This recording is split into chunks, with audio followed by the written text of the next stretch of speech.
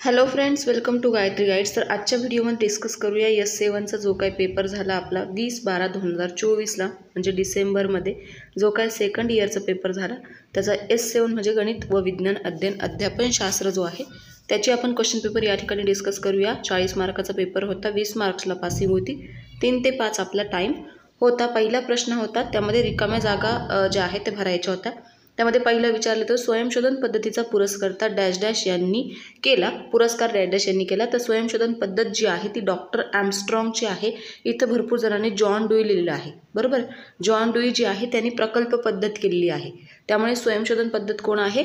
Doctor Armstrong आहे। जे काय आपले डिफरन्स बिटवीनमध्ये तुम्हाला मी दिलेला आहे एक व्हिडिओ, ज्याच्यामध्ये आपण स्वयंशोधन पद्धत, प्रायोगिक पद्धत, उद्गामी अवगामी पद्धत, त्यामध्ये सगळे जे काही पुरस्कर्ते आहे त्यांचं मी तिथे उल्लेख केलेला आहे। त्यामुळे व्यवस्थितपणे बघून काय करायचं आहे, आन्सर लिहायचे आहे। हे जे काही प्रश्न असतात 1-1 मार्क्सचे प्रश्न, इथे प्रॉपर आन्सर लिहिले तर 1 मार्क डायरेक्ट भेटणार आहे, पण चुकल्यावर 1 मार्क्स डायरेक्ट कट होतो। त्यामुळे इथे व्यवस्थितपणे करून जायचं आहे। पहिला जो 8 मार्कचा प्रश्न आहे तो व्यवस्थित आलाच पाहिजे, ठीक आहे। त्यानंतर जागतिक वन दिवस कधी साजरा केला जातो? तर 21 मार्चला जागतिक वन दिवस साजरा केला जातो। भरपूर जणांनी इथे 21 काहीतरी जून लिहिलेलं आहे। ते 21 जूनला आपल्याला माहिती आहे पर्यावरण दिवस असतो, बरोबर ना। म्हणजे वन दिवस कधी विचारला आहे ते 21 मार्च जो आहे आपला लास्ट चॅप्टर असणार आहे S7चा। त्यामध्ये सगळे जे काही दिवस आहे, वन दिवस आहे, वसुंधरा दिवस आहे, जागतिक काय म्हणतात परिसर दिवस असेल किंवा मग पर्यावरण दिवस असेल, हे सगळे तुम्हाला डेट ज्या आहे त्या दिलेल्या आहे। तिसरं आहे एका वृत्तचित्तीची तळाची त्रिज्या जर 21 सेंटीमीटर व उंची 60 सेंटीमीटर आहे तर त्या वृत्तचित्तीचे घनफळ काढायचं होतं, बरोबर। मग 21 × 60 करायचं होतं, जे येईल त्याचं घनफळ तुम्हाला इथे लिहायचं होतं। म्हणजे काहीतरी ते 7000 काहीतरीच्या आसपास ते घनफळ येतं। त्याचं काहीतरी सूत्र आहे 2πr की 2πrh² असं काहीतरी सूत्र आहे। ते फॉर्म्युला यूज करून इथे तुम्हाला लिहायचं होतं। इथे ज्याची कोणाची क्वेश्चन पेपर आहे त्याने ट्राय केलेला आहे सोडवायचा, आन्सर आलंय की नाही ते त्यालाच माहिती, ठीक आहे। तर अशा प्रकारे हे होतं। इथे 7200 त्याचा आन्सर येणार आहे, 7920 असं त्याचा आन्सर असेल। त्यानंतर पुढचा जो काही आहे ते बघूया। विद्यार्थ्यांना चुंबकाचे गुणधर्म पडताळून पाहण्यासाठी टिंब पद्धतीचा वापर करावा लागेल। तर विद्यार्थ्यांना चुंबकाचं गुणधर्म पडताळून बघायचं आहे, त्यासाठी त्याला प्रयोग करून बघायला लागणार आहे की चुंबकाचं गुणधर्म कसे आहे। म्हणजे नॉर्थला जर डायरेक्शन असेल तर साऊथला असेल तर काय होणार आहे, हे करण्यासाठी त्याला काय करावं लागणार आहे? प्रयोग पद्धतीचा वापर करायला लागणार आहे, बरोबर ना। तेव्हाच त्याला कळणार आहे की चुंबकाचं गुणधर्म काय असणार आहे, ठीक। म्हणजे इथे काय येणार आहे? प्रायोगिक पद्धती किंवा प्रयोग पद्धत। त्यानंतर चुकी बरोबर विचारलेला आहे। तर पहिला आहे बेरी हा विकार जो आहे तो B1 जीवनसत्वाच्या अभावी होतो। तर बरोबर असणार आहे बेरीवरनं B1 लक्षात ठेवायचं आहे। हे आपल्या सगळ्यांना माहिती आहे, सेकंड चॅप्टरमध्ये दिलेलं आहे S7च्या। ज्यांनी कोणी करून गेलेला असेल व्यवस्थित त्यांनी करेक्ट लिहिलेलं असणार आहे। त्यानंतर दुसरा होता 14 मीटर त्रिज्या असलेल्या वर्तुळाचा परिघ 88 मीटर आहे। तर हे सुद्धा बरोबर आहे। काही विद्यार्थ्यांनी एकमेकांचं ऐकून हे चुकीचं लिहिलेलं आहे, सगळे बरेच काही क्वेश्चन जे आहे ते चुकीचे लिहिलेले आहे। तर इथे बघा 2πr जो आहे तो फॉर्म्युला यूज करून तुम्हाला इथे परिघ काढता येत होता, तर त्याचा परिघ जो आहे तो 88 असणार आहे, हे बरोबर आहे, ठीक आहे। त्यानंतर तिसरा प्रश्न होता गुरुत्वाकर्षणाचा शोध आईन्स्टाईन या प्रसिद्ध शास्त्रज्ञाने मांडला। भरपूर जणांनी हे काय केलं आहे? बरोबर लिहिलं आहे, परंतु हे काय आहे? चूक आहे। कारण का? लहानपणापासून आपल्याला सगळ्यांना कळत आलेलं आहे किंवा सगळ्यांना सांगत आलेलं आहे, सगळ्यांना माहिती आहे की सफरचंद वरती फेकल्यावर ते खालीच पडलेलं आहे। हे कोणी सांगितलेलं आहे? न्यूटनने सांगितलेलं आहे, बरोबर। मग आईन्स्टाईन कसं काय येणार आहे? इथे न्यूटन येणार आहे, बरोबर। तर गुरुत्वाकर्षणाचा शोध कोणी लावलेला आहे? न्यूटनने लावलेला आहे, बरोबर। क्वेश्चन व्यवस्थित वाचायचा आहे। त्यानंतर चौथा प्रश्न आहे समान गुणधर्म असलेल्या बाबींच्या समूहास संकल्पना असे म्हणतात। हे सुद्धा बरोबर आहे, बरोबर। समान गुणधर्म असलेल्या बाबींच्या समूहास संकल्पना किंवा संबोध असं म्हणतात, बरोबर। जाऊन बघू शकतात तुम्ही, कुठेही तुम्हाला नाहीच सापडलं तर S8चा जो काही चॅप्टर आहे किंवा S8 सब्जेक्ट आहे त्याच्यामध्ये पहिल्याच चॅप्टरमध्ये तुम्हाला या संबोधाची जी काही डेफिनेशन आहे ती मिळणार आहे आणि मी सुद्धा तुम्हाला एक्सप्लेन केलेली आहे। म्हणजे हे चारही जे काही चुकी बरोबर होते ते सगळे बरोबर होते, बरोबर। त्यानंतरचा पुढचा क्वेश्चन बघूया। त्या ठिकाणी विचारलं तर 60 ते 80 शब्दांमध्ये आन्सर लिहायचं होतं। विज्ञान विषयात मूल्यमापन महत्त्व स्पष्ट करा। विज्ञानाचा जो काही विषय आहे त्याच्यामध्ये मूल्यमापनाची गरज का भासली, त्याचं महत्त्व तुम्हाला 2 मार्क्ससाठी प्रश्न करायचं होतं.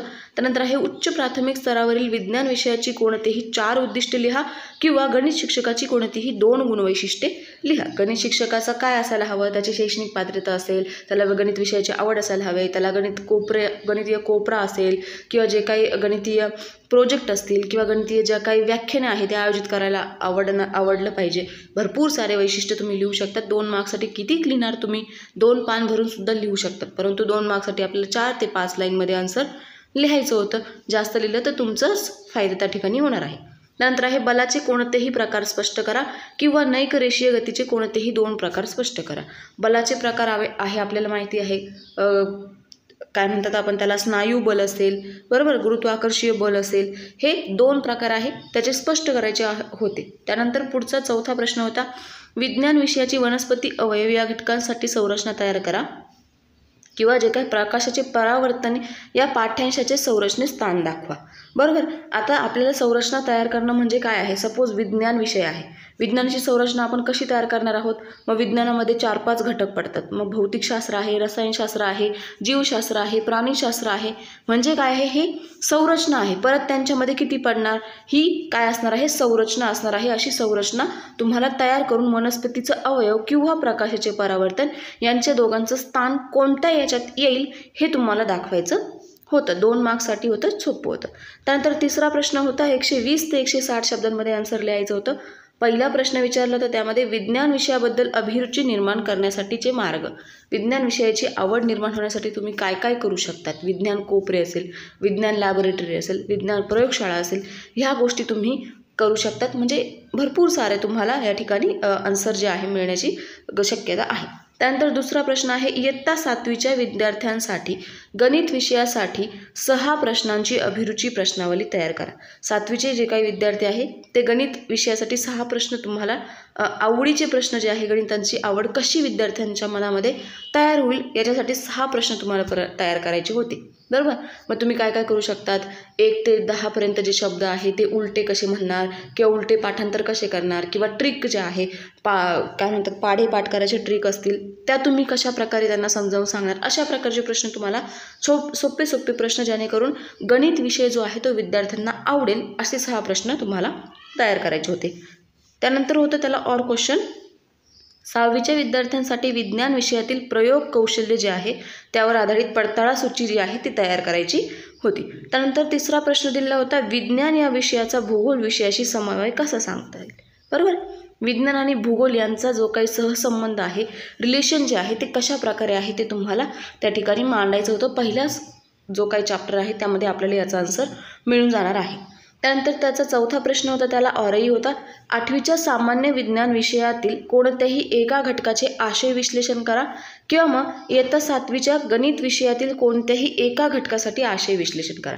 मग आशय विश्लेषणमध्ये काय येणार आहे, त्यांची जे काही सूत्र आहे ती कशी मांडणार आहोत, आकृत्या कशा काढणार आहोत, संबोध काय आहे, व्याख्या काय आहे, गुणधर्म काय काय आहे, स्वाध्याय कसा देणार आहे, हे सगळे त्याच्यामध्ये पॉईंट तुम्हाला आशय विश्लेषणमध्ये येणार आहे. कोणतंही एक लिहिलं तरी तुम्हाला मार्क्स मिळणार होते. त्यानंतर 4था प्रश्न दिलेला होता, 200 ते 250 शब्दांमध्ये आन्सर लिहायचं होतं. पहिला प्रश्न होता, तुमच्या मते आदर्श प्रयोगशाळेची रचना कशी असावी ते आकृतीसह स्पष्ट करा. आकृती आपल्याला दिलेली आहे प्रयोगशाळेची, ते तुम्हाला आकृतीसह स्पष्ट करायचं होतं किंवा खाली प्रॉब्लेम दिलेला होता तो सॉल्व करायचा होता. अजयने 700 रुपयांस 1 याप्रमाणे 18 खुर्च्या खरेदी केल्या. म्हणजे 18 गुणुले 700 करायचं होतं. तर आणि 18,900 रुपयांस त्या सर्व खुर्च्या विकल्या तर त्याला नफा किती झाला. बरोबर, 18 गुणिले 700 केलं तर आपल्याला 1,26 म्हणजे 1,26,000 जे आहे किंवा 12,600 जे आहे त्या खुर्च्या मिळणार आहेत. त्यांची खरेदी किंमत जी आहे त्यांची मिळणार आहे. आणि त्यातून काय करायचं होतं, 18,900मधून तुम्हाला काय करायचं होतं, ही जी संख्या आहे ती मायनस करायची होती. त्याचं उत्तर आपल्याला 63,000 येतं, 6,300 येतं. म्हणजे त्याला नफा किती झालेला आहे, 6,300 रुपये त्याला नफा झालेला आहे. म्हणजे किती टक्के त्याला फायदा झालेला आहे, तर 50% जो आहे त्याला फायदा झालेला आहे आणि 50% त्याला नफा झालेला आहे. म्हणजे काय झालं, त्याला नफा झालेला आहे आणि 50% नफा त्याला झालेला आहे. म्हणजे 6,300 रुपये त्याला नफा झालेला आहे. म्हणजेच किती टक्के नफा झाला आहे, तर 50%. 6,300 / 100 करायचं होतं आणि त्यातून जे काही येणार होतं ते तुमचं आन्सर होतं इंटू 18 जे आहे ते करायचं होतं. म्हणजे काय तर त्याला 50% जो आहे इथे नफा झालेला आहे. त्यानंतर पुढचा प्रश्न होता, शाळेत वैज्ञानिक जाणीव जागृती करण्यासाठी कोणकोणते उपक्रम राबविता येतील. वैज्ञानिक जागृती जी आहे ती करण्यासाठी आपण कोणते कोणते उपयोग राबवू शकतो ते त्या ठिकाणी तुम्हाला लिहायचं होतं. आता या ठिकाणी काय येऊ शकतं, जे काय अंधश्रद्धा निर्मूलन आहे त्यातून आपण वैज्ञानिक जाणीव जागृती करू शकतो, तो कार्यक्रम आपण राबवू शकतो. पोस्टर मोहीम जी आहे ते आपण काढू शकतो. अशा प्रकारे 4 ते 5 पॉईंट तुम्हाला या ठिकाणी लिहायचे होते. त्यानंतर तिसरा प्रश्न होता, घटक नियोजन करताना कोणत्या बाबींचा विचार करावा लागतो ते स्पष्ट करा. घटक नियोजन जे आहे ते करताना कोणत्या बाबींचा विचार करायचा ते स्पष्ट करायचं होतं. त्यानंतर त्याला और क्वेश्चन होता, विज्ञान विषयात वैज्ञानिक क्षेत्रभेटीचे महत्त्व काय आहे. वैज्ञानिक क्षेत्रभेट आपण का आयोजित करतो विज्ञान विषयामध्ये ते लिहायचं होतं. म्हणजे काय की विद्यार्थ्यांची निरीक्षण क्षमता वाढावी, त्यांना ऊस जो आहे तो कसा तयार होतो, ऊसापासून काय काय तयार करता येतं, ह्या ज्या काही गोष्टी आहेत त्या प्रोसेस कळावी म्हणून त्यांना वैज्ञानिक भेटी आयोजित कराव्या इत्यादी भरपूर सारे पॉईंट्स तुम्ही लिहू शकतात. अशा प्रकारे ही जी क्वेश्चन पेपर होती ती होती. बरेच विद्यार्थ्यांचा डाऊट होता की बरेच विद्यार्थी मला बोलले की मॅडम S7चा पेपर थोडा हार्ड गेलेला आहे. ठीक आहे, काही हरकत नाही, एवढा काही हार्ड नव्हता. ठीक आहे, चुटकी बरोबरमध्ये सगळे जे काही प्रश्न होते ते बरोबर होते आणि पहिला प्रश्नसुद्धा खूप सोपा होता. गणित जर सोडलं ते तर गणित सोडून बाकीचे 3 प्रश्न तुम्हाला बरोबर होते. म्हणजे कमीत कमी 7 मार्क इथे आरामशीर मिळायलाच पाहिजे, बरोबर. आणि बाकीचं हे सगळं तुमच्या हातात आहे. खालचे प्रश्न तुम्ही कसे सोडवले त्यावर डिपेंड आहे तुमचे मार्क्स कसे राहतील. ठीक आहे, तर अशा प्रकारे आजचा जो काही व्हिडिओ आहे तो आपण डिस्कस केला. S8 जो आहे तोही आपण लवकरात लवकर क्वेश्चन पेपर ॲनालिसिस करून घेऊया. खूप जास्त टाईम लागतो आहे, म्हणजे खूप जास्त वेळावेळाने क्वेश्चन पेपर येतात. थोडं बिझी शेड्यूल चालू आहे, एक्झामचं प्रिपरेशन वगैरे आहे, बाकीचे जे काही नोट्स प्रिपेअर आहे इंग्लिश मीडियमच्या त्या चालू आहेत. त्यामुळे थोडा वर्कलोड असल्यामुळे व्हिडिओ जे आहे ते लेट होत आहे.